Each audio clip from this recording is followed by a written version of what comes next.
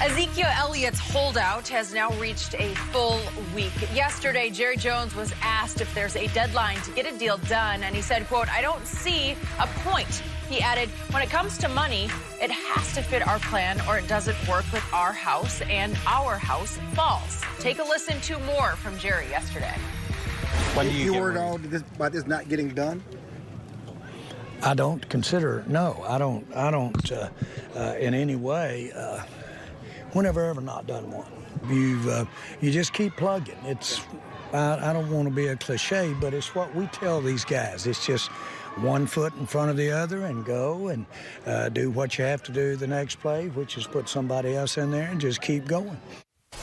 Well, Shannon, should Cowboys fans feel encouraged or discouraged by Jerry's comments? I think they should be discouraged because, Skip, Jerry Jones is talking tough publicly when there's really no reason to. Because if he's unconcerned, if he's unworried like he says he is, Skip, there's no reason for him to give you this tough talk. But Jerry is concerned because he knows Zeke is not about to take Devontae Freeman's type money, which is reset the market around $8-9 million. The market is going up. Whether you want to think it is or not, they're not going to allow you to reset the running back market lower than Le'Veon Bell, lower than Todd Gurley. You see, the thing is, Skip, Jerry Jones made a statement, I think it was early in the week, or maybe, it was early in the week, that you don't need a franchise running back or a league-leading running back to win the Super Bowl. He's right if you haven't built your team like that.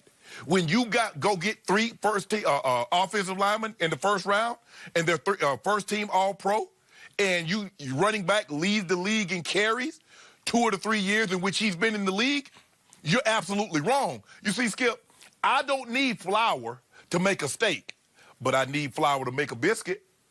You need Zeke. You built your offense around Zeke, so you need him to run the football in order for you to be successful. I need steak. If you have, I don't need a biscuit. I'll take the steak. So you can have the flour. I know you. But the fact of the matter is, I'm just making an analogy of how you cook it. You're right. You might not need flour to make a steak, but you need it to make a biscuit. You might not need the league's leading rusher to win a Super Bowl. If that's not the way you built your roster, if that's not the way you built your offensive team, but when you built your team around a sound running game with 3 first-team all-pro offensive linemen, yeah, you do. You kind of need that guy. And Jerry talking publicly, Skip, I don't get the benefit of it. It's like Zeke's like, oh, my God, did you hear what Jerry said? He's talking tough. Let me get on this plane back from Cabo. You know, he's down in Cabo. Yeah, he had a good old time.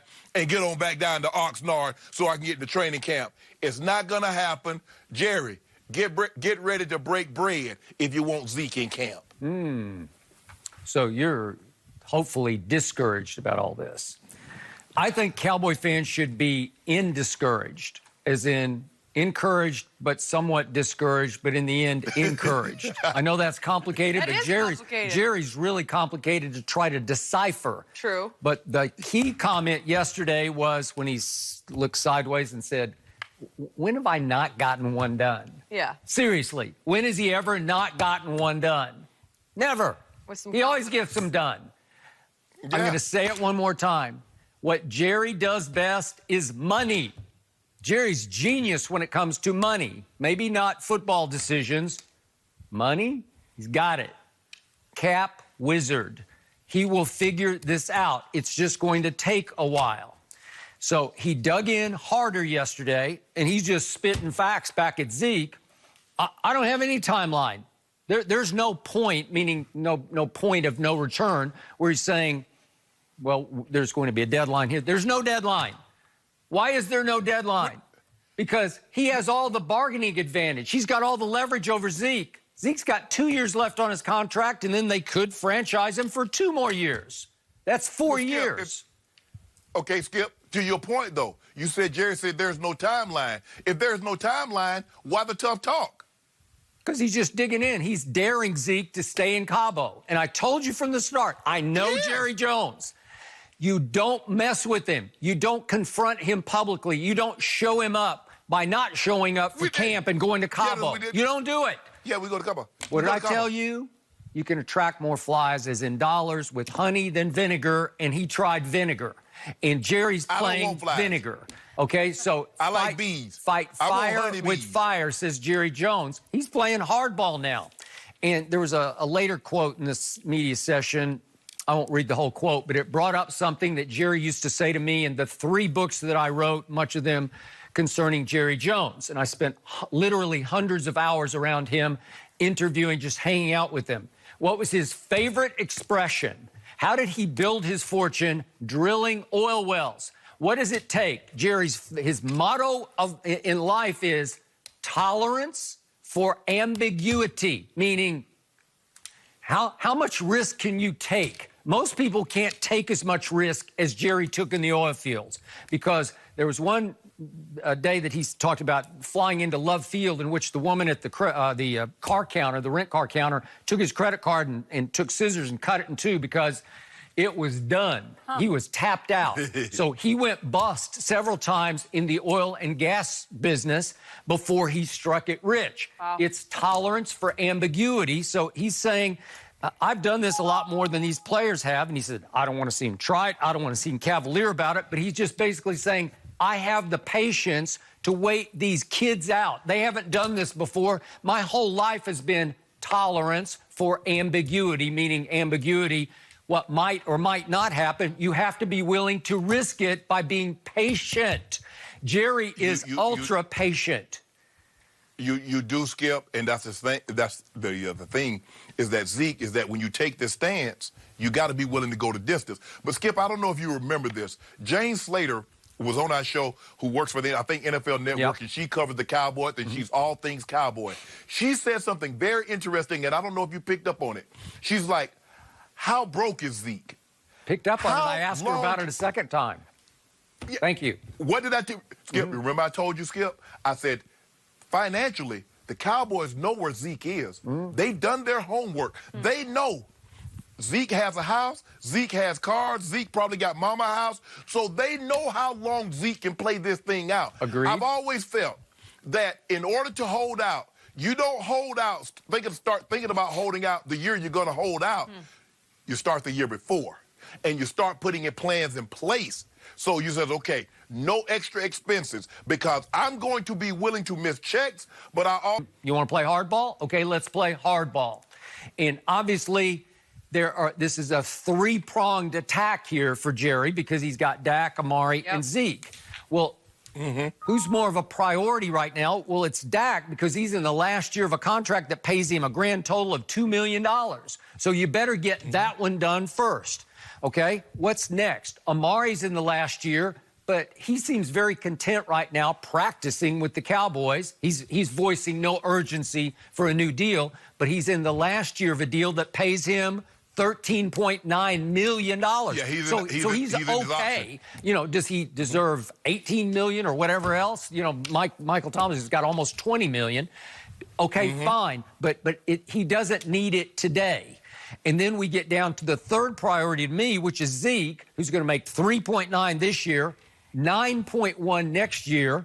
So he's got 2 more years. So again, Jerry's pushing him down to third priority right now. And Jerry's just daring him basically to hold out. Do I want to see him hold out through a real game? I do not. Do I think he will? I do not. I think they will get these deals done in the order of Dak, Amari, and then Zeke. Skip, I believe Jerry's overestimating his hand. Jerry's forgot the way he configured this ball club. Jerry built this ball club to be a running team first, and then play action and everything else off the run game. So he's misplaying his hand, Skip.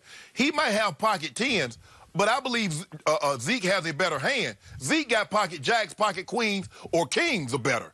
So for Jerry to think, well, I got Dak. Dak's in a quarterback. He was only making $2 million, and he's in the very last year. Amari's playing on the option year. I got 2 more years of Zeke.